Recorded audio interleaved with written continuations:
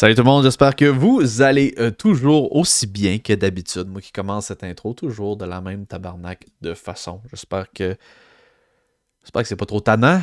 Parce que sinon, je sais vraiment pas comment commencer mes vidéos. Pour vrai, j'en ai aucune crise d'idée. Victoire du Canadien de Montréal par la marque de 4-1. Par 3 buts d'écart. 3 buts d'écart. Le Canadien de Montréal qui gagne contre les Jets de Winnipeg. Les impressionnants Jets de Winnipeg qui, eux, jouent pour le double de victoire. Qui ont de défaites. Fait que, tu sais, on était surpris du match qu'on a eu. Surtout avec les blessés, man. Les blessés qu'on a depuis le début de la saison. Ça commence à devenir lourd en ciboire de tabarnak. Là-dessus, je vous fais un quick wrap-up sur les dernières updates qu'il y a eu des blessés qu'on a eu fraîchement aujourd'hui, les nouvelles. Juraj Slafkovský, c'est minimum 3 mois out. Donc, wow, ça va être une pas pire absence. Jake Evans, ça va être de 8 à 10 semaines. Blessure au bas du corps. Et puis, Yoel Armia et Jonathan Drouin, ça va être jusqu'au match des étoiles. Donc ça, c'est les updates qu'on a qui sortent de l'infirmerie. Ça fait mal, ça fait dur. On a appelé Harvey Pinard et Pitlick dans ce match-là en renfort. Et puis, on a eu un excellent match de hockey. Un match où est-ce que personne ne s'attendait à ce que le Canadien allait gagner. Tu sais, puis c'est souvent ça avec le Canadien de Montréal. Des matchs où est-ce qu'on pense qu'on va gagner facilement. C'est souvent des matchs pièges où on se fait piéger. Puis des fois, on va jouer contre des clubs que, tu sais, on pense qu'on va se faire défoncer avec un club qui est tout simplement pas de calibre sur papier, et le Canadien sort une performance absolument magique et l'emporte comme ça. Je veux dire, ça faisait longtemps qu'on n'avait pas gagné par 3 buts pour de vrai. Le 4-1 contre les Jets, c'était de toute beauté. Très très heureux de la victoire. Donc, si vous êtes nouveau, je vous invite à vous abonner, c'est le bouton rouge au bas de l'écran, c'est gratuit, ça fait extrêmement plaisir. On est de plus de 500 sur la chaîne qui suit l'actualité du Canadien de Montréal et également de la Ligue nationale de hockey. Donc, c'est nouveau, abonne-toi, bouton rouge au bas de l'écran, c'est gratuit, ça fait plaisir. Sur ça, let's jump into it. Ça nous mène où ça? Ça nous mène une fiche de 19 victoires, 23 défaites, 3 défaites en prolongation. Les Jets de Winnipeg qui, eux, comme je l'ai dit, jouaient pour le double de 500, donc 29-15-1. Excellente saison jusqu'à maintenant du côté des Jets, entre autres Pierre-Luc Dubois qui est le meilleur au niveau des points de son équipe, qui joue pour plus qu'un point par match. Kyle O'Connor également qui est très très solide. Kyle O'Connor qui a eu un très bon match aussi quand même hier, c'est le seul de son équipe qui a vraiment été tout feu tout flamme. Il a tiré 7 fois au filet, il a fait quand même un beau but en avantage numérique si je ne me trompe pas. Il a eu beaucoup de chances de marquer ce style-là, man. Il est vraiment bon. Selon moi, c'est un des joueurs les plus sous-estimés en franc-tireur. C'est un des francs-tireurs les plus sous-estimés de la Ligue nationale de hockey. Il est vraiment beau à avoir tiré un tir excellent. Il a pogné 2 poteaux puis il a compté un but. Vraiment, juste à lui hier, il aurait pu nous faire encore plus mal que ça. Fait que, Kyle O'Connor, je pense que c'est un des snipers les plus sous-estimés de la ligue parce que c'est pas un gars à laquelle on pense souvent quand on pense à un franc-tireur. Mais bon, c'est ça que j'avais à dire sur Kyle O'Connor. Canadien de Montréal, Justin Barron qui a fait 2 passes, man. Fait 2 beaux points. Kirby Dach, 2 passes également. Kirby Dach, il est sur une séquence, mes amis. Je suis tellement content.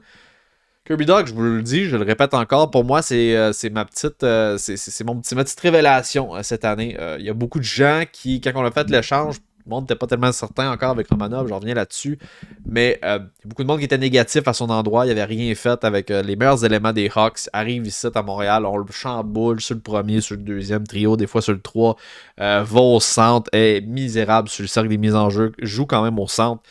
Bref, c'est un joueur qui s'améliore constamment. À chaque crise de match, il s'améliore. Il est de meilleur en meilleur. Je suis vraiment content de l'implication de Kirby Dach et du joueur qui est en train de devenir ce gars-là. Commence à catcher le rôle qu'il doit jouer au sein de cette équipe-là. Il est extrêmement convaincant. Il est beau à voir jouer. J'adore le jeu de Kirby Dach. Sinon, on a aussi Evgeny Dadonov qui a fait 2 buts, dont un que n'importe qui aurait pu marquer, mais il a quand même eu 6 tirs au but, c'est ça qui est impressionnant du côté de Dadonov. Kent Hughes, justement, dans ma dernière vidéo, si jamais vous n'avez pas vu l'entrevue de Kent Hughes, je vais vous la faire apparaître sur l'écran maintenant, mais dans la dernière vidéo, Kent Hughes a également dit que Dadonov, là, il avait surtout pas été chanceux dans le début de saison. Un des vétérans qui a protégé durant cette conférence de presse-là, qui disait. Et puis, Dadonov a connu probablement un de ses meilleurs matchs au niveau des points. 2 buts, c'est sûr que c'est pas mal le top. Dvorak, 2 passes également. Très bon match de Dvorak. Josh Anderson a été faire un but et Michael Hoffman, le petit tabarnak.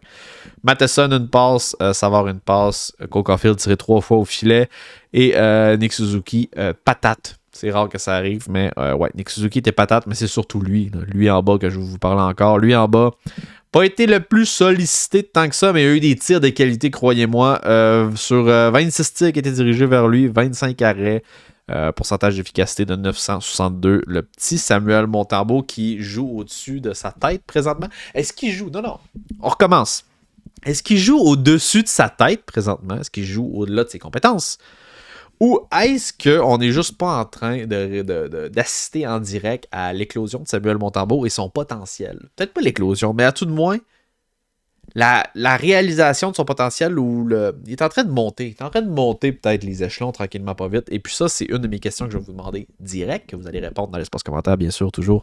Je veux savoir, est-ce que vous croyez que Monty va continuer de s'améliorer puis se tailler une place steady comme étant le deuxième gardien de but numéro 1 le deuxième gardien de but chez le Canadien, le gardien réserviste steady pour plusieurs années pour Samuel Montembeault, ou vous croyez même que, si vous voulez pousser ça encore plus, est-ce que vous croyez qu'il y a vraiment un potentiel d'être premier gardien chez le Canadien de Montréal, mais on s'entend, premier gardien bas, là, mais de la façon qu'il joue présentement, il joue facilement comme un premier gardien de but. Ça fait au-dessus de 2 matchs qu'il fait du 950, 960.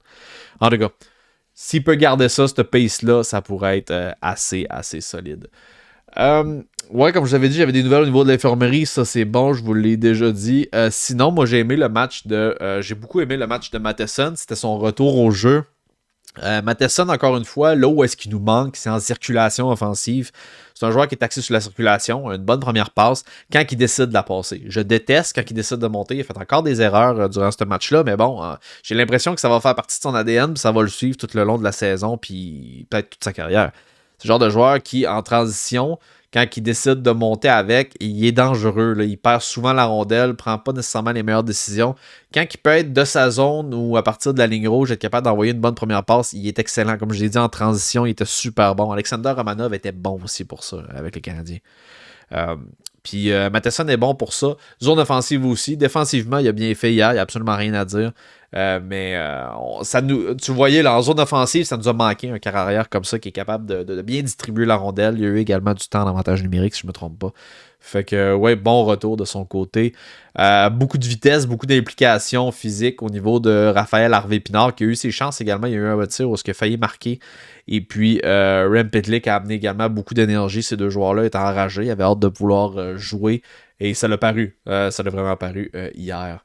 Demain, il y a un match. Mais là, vous autres, vous allez écouter la vidéo demain. Fait que dans le fond, je vais dire ce soir. Ce soir, un match du Canadien contre les Panthers de la Floride, comme vous pouvez le voir ici à l'écran.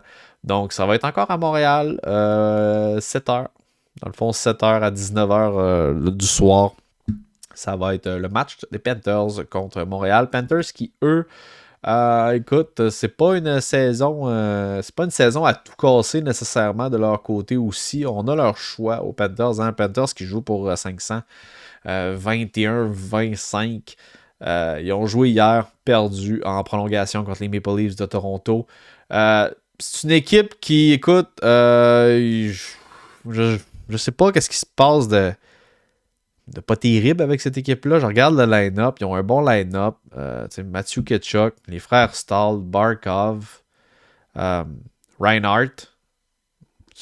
Ils ont quand même une bonne équipe, mais je vois qu'il y a beaucoup de noms de joueurs de profondeur aussi. Je savais même pas que Mahura était rendu avec eux autres. Ah ouais, ok. Aaron Ekblad également. Ouais, c'est vrai, ils ont Aaron Ekblad qui est vraiment pas à négliger. Mais il est là le problème. Vous le voyez ici, là, le gardien Bobrovski, là, sur 865 d'efficacité.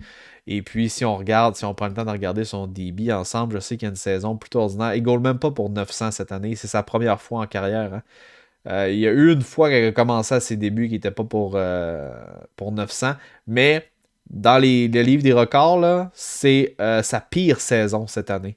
joue définitivement pas comme un gardien de but qui empoche 10 millions par saison. Donc, c'est plus difficile pour notre chum. Pas mal plus difficile pour notre chum Sergei Bobrovski. Donc, c'est intéressant de savoir ça, que ça va pas terrible pour Bobrovski. Il va falloir profiter de les largesses de celui-ci pour le match de ce soir. J'espère que vous aurez apprécié cette overview, guys, et je vous souhaite un excellent match. Et j'espère que vous aurez apprécié la vidéo. Laisse-moi un like si c'est le cas. Abonne-toi. C'est le bouton rouge au bas de l'écran, c'est gratuit, ça fait plaisir. On est une des rares chaînes francophones à faire ce genre de contenu-là en français sur l'actualité du Canadien de Montréal et de la Ligue nationale en général. Peace out.